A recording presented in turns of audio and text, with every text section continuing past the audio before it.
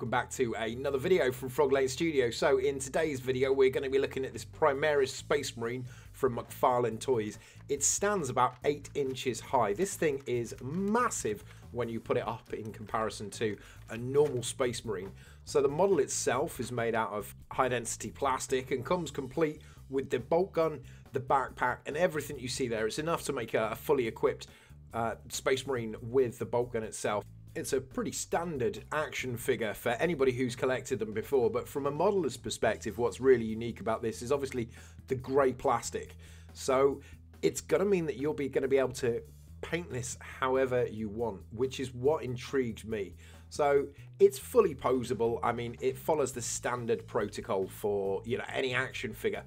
The joints themselves, as you can see just here, they have 2 points of flexion on each of the elbow joints and the knee pads as well. So you're going to be able to get a full range of motion. The hips, the feet and the arms, they have ball and socket joints, and the wrists themselves, they also have a ball and socket joint as well, so that you're going to be able to get a full range of motion with these. The hands, not so much. They're one piece of plastic. But anybody can show you an unboxing and a posing video. That's not what we're here for. We're here for the teardown. So let's have a look to see exactly how many components we can get this into. So straight away, the arms, those ball and socket joints, they come out nice and easy. The shoulder pads, they rip off as well. All of this can be put back together again.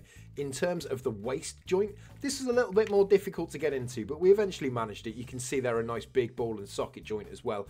For me, from a modeler's perspective, it's really important to find out what conversions I can do with this, what I can do to make this Marine different from everything else. I tried separating the waist from the chest and also the head as well. That one didn't go down so well. At the moment, we've got that top half nicely separated. That's going to be really nice for painting, any green stuff work that you want to put on. The wrists, they don't seem to separate either, but the shoulders from the arms, they come off as well. So that's going to allow us some alternate options. So let's see what other mischief we can get up to then. We've done the top half. Let's concentrate on those legs, see if we can separate any of that out as well. So with these legs, like everything else, it's all really robust plastic. Those ankle joints, they don't seem to be coming off. Really nice ball and socket joints on those though, but no matter how hard I tried, I'm not going to be able to pull those off. So onto the knees. Once again, the knees, 2 points of flexion on there.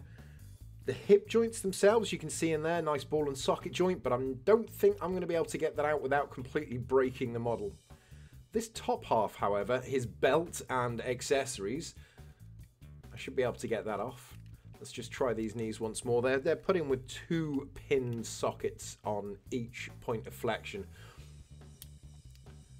So this part here, this was something that I was really concerned about and I also wanted to get off. In terms of being able to paint the underside of his thighs, that was going to provide some difficulties. So I wanted to try and take this off. Now, it comes off quite simple. It looks like it's just glued on or heat sunk on. But yeah, bit of prying and this comes off as well, which is going to make painting so much easier. So off this comes as well. Now that's off, it looks like we're almost down to the end of the teardown. There's nothing else on those legs that we can take off without completely breaking the model. So let's go back up and just have one more try at this waist and chest. I really want to try and remove this because it's going to make painting those top half of the waist and the underside of the chest really easy. So we'll grab a pair of snips and I almost broke the model here.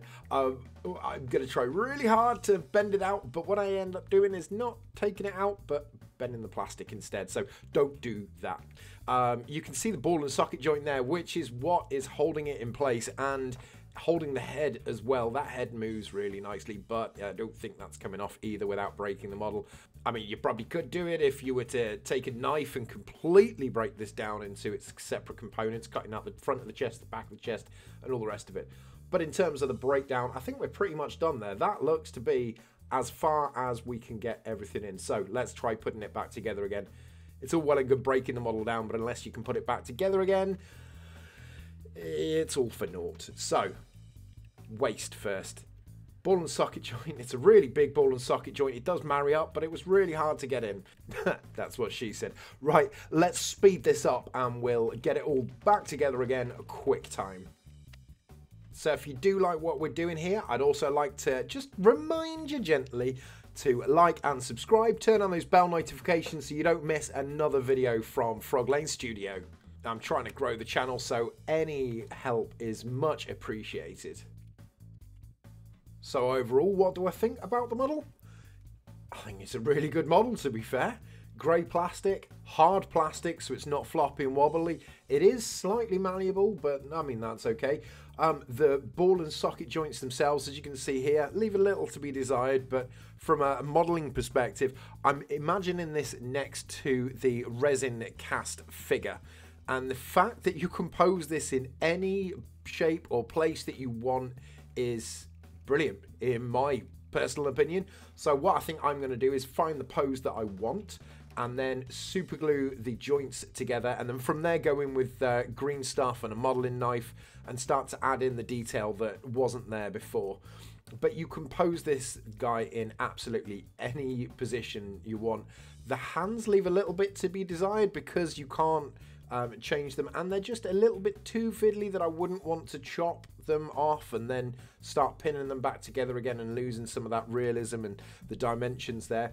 So I wouldn't mind seeing some of our very talented community doing some 3D modeling work once they've got their hands on one of these, getting the dimensions right, seeing accessories for different hand options, face options, even backpacks. Hell, an accessories pack for this wouldn't go amiss as well. The ability to change and model this would be phenomenal. I would love to see a full tactical 10-man squad of these guys armed with everything from plasma guns, melter guns, you know, chain fists and power fists. It would be absolutely phenomenal. I've got this guy here currently posed as Mr. January, but you can literally do anything you want with this guy. So, would I recommend it? Hell yes, I would recommend it. Am I going to have fun with this guy? Hell yes, I'm going to have fun with this guy. I'm probably going to be doing this guy quite vanilla, and then from there, wait until the accessory kits start appearing on the 3D printing files, print myself off some unique weapon options and shoulder pad options, and really go to town on these. This is definitely not the first one of these that I will be buying. So for everybody out there who's looking to purchase this guy, go and pick one up 100%. Well then, that just about sums it up from me, guys. So if you've enjoyed it, don't forget, like, subscribe. Let me know in the comments section down below what you want to see me cover next, whether you want to see more on this 8-inch high bad boy. Guys, if you've been finding the videos or streams useful at all, I'd also like to mention the channel does have a Patreon page, link to which is just down below. And if you've learned or enjoyed something, then all support is greatly appreciated, as it allows me to continue to support you guys. Channel Patreons receive various benefits, such as requesting tutorial content from myself. You can have a hobby one-to-one session with myself every single month. And the more subscribers we do, the more giveaways we can do. If any of that sounds good to you, or you'd just like to help support me keep on making these tutorials, then feel free to have a look. In any case, look, a massive thank you to all of my Patreons. Thank you so much to yourselves as well for watching. I hope to see you in the next video. Take care, and may you keep rolling sixes.